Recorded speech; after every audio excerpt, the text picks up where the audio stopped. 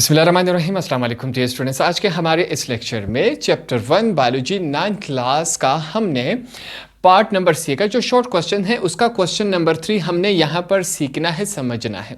हमारे पास question number 3 क्या कहता है, ब्रीफली डिस्क्राइब यूनिसेलुलर ऑर्गेनाइजेशन। अब यहाँ पर हमने इस सवाल में क्या सीखना है, हमने क्या बताना है कि यूनिसेलुलर ऑर्गेनाइजेशन क्या होता है, ये हमने बताना है। अब यूनिसेलुलर ऑर्गेनाइजेशन पर जाने से पहले हम कुछ चीज़ें यहाँ पर पहले से सीख लेंगे। ये चीज़ें हमें यूनिसेलुलर ऑर्गेनाइजेशन को समझने में हेल्प करेंगी। तो सबसे पहले यहाँ पर मैंने आपके लिए क्या लिखा हुआ है, टाइप्स ऑफ सेल्स। अब हमने सबसे पहले सेल्स की टाइप्स सीखनी है। हमारे पास सेल्स की दो टाइप्स होती हैं। पहले को हम कहते हैं प्रोकैरियोट्स, दूसरे को हम कहते हैं यूकैरियोट्स। अब इन दोनों को समझते हैं कि हमारे पास ये दोनों क्या होते हैं। यहां पर देखिए, सबसे पहले प्रोकैरियोट्स की तरफ चलते हैं। प्रो मीन्स बिफोर, यहां पर मैंने क्या लिखा, प्रो मीन्स बिफोर। कैरियोट का मतलब क्या होता है, यहां पर इसको समझे। कैरियोट का मतलब यहां पर मैं क्या लिख रहा हूं, कैरियन। मैंने क्या लिखा, कैरियन। अभी आपको समझ नहीं आया कि कैरियन क्या होता है। कैरियन को हम आसान अल्फाज में क्या कहते हैं, न्यूक्लियस कहते हैं। ठीक है, हमने क्या कहा, कैरियन को न्यूक्लियस। अब यहां पर हमने कुछ चीजें लिखी। प्रो का मतलब क्या है, बिफोर, पहले, पहले। ठीक है, कैरियोट्स का मतलब क्या है, कैरियन। कैरियन को हम कहते हैं न्यूक्लियस। तो न्यूक्लियस से पहले, इसका मतलब क्या हुआ, ऐसे तमाम सेल्स जिनमें न्यूक्लियस मौजूद नहीं हो उसे हम क्या कहते हैं, प्रोकैरियोट्स कहते हैं। इस वजह से हमने बिफोर लिखा, बिफोर न्यूक्लियस। न्यूक्लियस से पहले मतलब न्यूक्लियस मौजूद नहीं था। ऐसे तमाम सेल्स, ऐसे तमाम सेल्स जिनमें न्यूक्लियस मौजूद नहीं हो उसे हम क्या कहते हैं, प्रोकैरियोट्स कहते हैं। ये बात आपको क्लियर होगी। आगे चलते हैं। दूसरा हमारे पास सेल्स का टाइप क्या है, यूकैरियोट्स। अब यूकैरियोट्स को समझते हैं। यू का मतलब क्या है, यहां पर मैं क्या लिखूंगा, करेक्ट, मतलब बिल्कुल सही, ट्रू। कैरियोट्स फिर से हमें मालूम है, इसका मतलब क्या है, कैरी ऑन। और कैरी ऑन को हम क्या कहते हैं, न्यूक्लियस कहते हैं। यहां पर मैंने न्यूक्लियस लिख दिया। अब आपको समझ आ गया कि यूकैरियोट्स का मतलब क्या है, कि ऐसे तमाम सेल्स जिनमें न्यूक्लियस मौजूद हो उसे हम क्या कहते हैं, यूकैरियोट्स कहते हैं। अब ये दोनों चीज़ें आपको क्लियर होगी। ऐसे तमाम सेल्स जिनमें न्यूक्लियस मौजूद नहीं हो, प्रोकैरियोट्स। ऐसे तमाम सेल्स जिनमें न्यूक्लियस मौजूद हो उसे हम कहते हैं यूकैरियोट्स। अब इन दोनों को समझने के बाद हम थोड़ा सा आगे चलते हैं। अब ये जो क्वेश्चन है मैं आपको पूरा डिफाइन करके दूंगा। सबसे पहले हम कुछ चीजें समझ लेते हैं, फिर हम इसको पूरा डिफाइन करेंगे, पूरा इसको लिखेंगे। अब हमारे पास नेक्स्ट क्या है, सेलुलर ऑर्गेनाइजेशन। अब सेलुलर ऑर्गेनाइजेशन को हमने 3 टाइप्स में डिवाइड किया है। पहला हमारे पास क्या है, यूनिसेलुलर ऑर्गेनाइजेशन, जो कि हमसे सवाल में पूछा गया है, इसको हमने सॉल्व करना है। दूसरा हमारे पास क्या है, कॉलोनियल ऑर्गेनाइजेशन, इसको भी थोड़ा सा टच देंगे। और लास्ट में हमारे पास क्या है, मल्टी सेलुलर ऑर्गेनाइजेशन। ठीक है, जो हमसे सवाल में कहा गया है सबसे पहले हम उसको पढ़ेंगे और समझेंगे कि हमारे पास यूनिसेलुलर ऑर्गेनाइजेशन क्या होता है। तो अब यहाँ पर हमारे पास जो लफ्ज़ है यूनिसेलुलर ऑर्गेनाइजेशन, इसको हम यहाँ पर समझेंगे कि यह हमारे पास क्या होता है। जो हमारे पास वर्ड है यूनिसेलुलर, इसको हमने 2 लफ्ज़ों में तकसीम किया है। पहला हमारे पास क्या है, यूनी।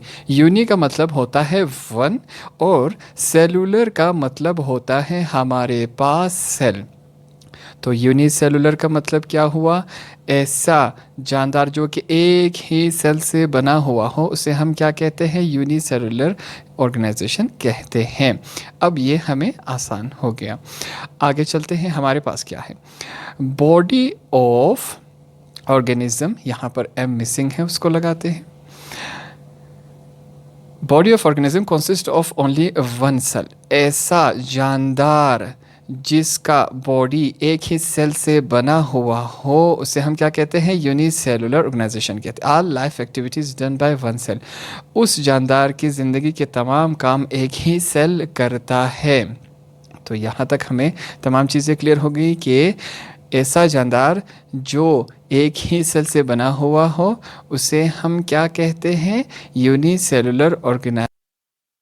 तो अब इस सवाल के जवाब में हम क्या लिखेंगे यहाँ पर, a unicellular organism consist of only one cell, कहता है कि यूनिसेलुलर जानदार एक ही सेल पर बना होता है या एक ही सेल पर मुश्तमिल होता है। आगे हमने क्या लिखा, द यूनिसेलुलर यूकैरियोट्स। अब इससे पहले हम पढ़ चुके हैं कि यूकैरियोट्स क्या होता है, यहाँ पर एक दफ़ा फिर हम कंफर्म कर लें कि यूनिसेलुलर ऑर्गेनिज्म यूकैरियोट्स भी होता है और प्रोकैरियोट्स भी होता है। यूकैरियोट्स का मतलब क्या है, जिसके सेल में न्यूक्लियस मौजूद हो, और प्रोकैरियोट्स जिसके सेल में न्यूक्लियस मौजूद नहीं हो। दोनों क्या होते हैं, यूनिसेलुलर ऑर्गेनिज्म, यूनिसेलुलर जानदार होते हैं। अब द यूनिसेलुलर यूकैरियोट्स में बी सोलिटरी और कॉलोनियल।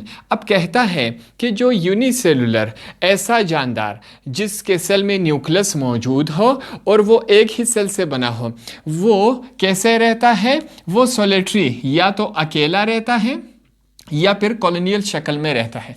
अब कॉलोनियल, आप इस लफ्ज़ से वाकिफ़ हैं, जैसे कि हम आम जिंदगी में इस्तेमाल करते हैं कि हमारे मोहल्ले में बहुत सारे घर होते हैं, इस मोहल्ले को हम इंग्लिश में क्या कहते हैं, कॉलोनी कहते हैं, ठीक है।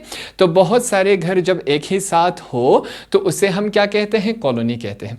अब यहाँ पर हमें बताता है कि यूनिसेलुलर जो जानदार हैं, जिसके सेल में न्यूक्लियस मौजूद होता है, वो या तो अकेला रहता है, सोलिटरी मतलब या तो अकेला रहता है या कॉलोनी की शक्ल में रहता है। All the activities essential for its survival take place by a single cell। जितने भी एक्टिविटीज़ होती हैं उस जानदार में, जितने भी फंक्शंस होते हैं, काम होते हैं, वो एक ही सेल सरंजाम देता है उस जानदार को जिंदा रहने के लिए। आगे चलते हैं। Bacteria are example of unicellular prokaryotes. अब बैक्टीरिया जो है वो एग्जाम्पल है। कोई हमसे पूछे कि यूनिसेलुलर का हमें कोई एग्जाम्पल दो, तो हम कहेंगे कि बैक्टीरिया क्या है, यूनिसेलुलर है। बैक्टीरिया हमेशा एक ही सेल से बना होता है। अब यहाँ पर क्या है कि प्रोकैरियोट्स का हमने एग्जाम्पल दिया। अब यूनिसेलुलर में प्रोकैरियोट्स भी होते हैं और यूकैरियोट्स भी होते हैं। हमने कहा कि प्रोकैरियोट्स में हमने यूनिसेलुलर का एग्जाम्पल दिया, क्या दिया, बैक्टीरिया। आगे चलते हैं। ओमेबा, पेरामीशियम एंड यूग्लिना भी आप कह सकते हैं, are common examples of unicellular eukaryotes. अब हमने जो अमेबा है, पैरामीशियम है एंड यूग्लिना है, ये हमने एग्जाम्पल देने हैं। ये भी हमारे पास यूनिसेलुलर है मगर यूकैरियोट्स का मतलब क्या है कि इसके सेल में हमारे पास न्यूक्लियस मौजूद है। तो ये हमने इसका, हमारे पास जो सवाल हमसे पूछा गया था, इसके आंसर में हमने ये लिख देना है। अब यहाँ तक आपका जो जवाब है वो सही तस्वुर होगा। आप यहाँ तक भी लिख सकते हैं। इसके बाद में जो आपको समझाऊंगा या लिखवाऊंगा वो आपके समझाने के लिए भी अच्छा होगा। अगर आप उसको लिखना चाहे तब और बेहतर होगा आपके लिए। अब इस क्वेश्चन के जवाब का लेंथ आपके मार्क्स पर डिपेंड करता है। अगर आपके मार्क्स कम हो तो इससे पहले जो हम लिखवा चुके हैं वहाँ तक काफ़ी है। अगर आपके क्वेश्चन के मार्क्स ज़्यादा हो तो हम इसमें ये चीज़ें वे ऐड कर सकते हैं और हम अपने समझने के लिए इसको फिर से पढ़ेंगे ताकि हमें काफ़ी सारा क्लियर हो जाए। हमारे पास क्या है, इस सवाल को, जवाब को कंटिन्यू करेंगे। Unicellular organisms can also live in a form of colony.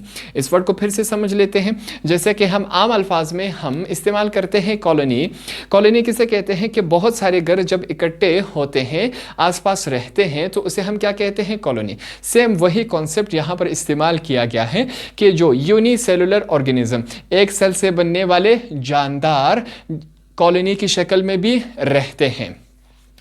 In a colony, all the members have their own independent lives। उस कॉलोनी में रहने के साथ साथ हर एक अपनी ज़िंदगी का काम खुद ही करता है, किसी और की ज़िंदगी के साथ मुदाखलत नहीं करता। कॉलोनी में रहते हैं मगर हर एक अपना काम खुद करता है जिंदा रहने के लिए उसी एक सेल के जरिए। ठीक है, क्या है, यूनिसेलुलर है, किसी और की ज़िंदगी में मुदाखलत नहीं करते क्योंकि उसके साथ वाले में साथ भी क्या है, एक सेल है, यूनिसेलुलर है, उसके साथ भी है क्योंकि एक कॉलोनी बनी हुई है। तो हर एक किसी दूसरे की ज़िंदगी में मुदाखलत नहीं करता, हर एक अपनी ज़िंदगी गुजार रहा है।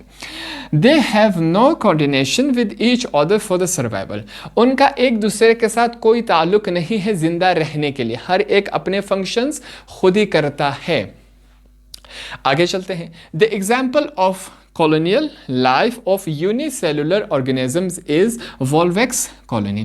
अगर कोई हमसे पूछे कि आप हमें यूनिसेलुलर ऑर्गेनिजम्स के कॉलोनी का कोई एग्जाम्पल दें, तो हम क्या कहेंगे कि वॉल्वेक्स कॉलोनी जो है वो यूनिसेलुलर ऑर्गेनिजम्स के कॉलोनी का एक एग्जाम्पल है। अब वॉल्वेक्स कॉलोनी को हम समझेंगे एग्जाम्पल से, जैसे ही मैं आपको समझाऊंगा ये आपको बिल्कुल क्लियर हो जाएगा। थोड़ा सा आगे चलते हैं। The volvox is a type of algae. एक और बात हमें समझ आए कि जो वॉल्वेक्स है वो एल्गी का एक टाइप है, एक किस्म है।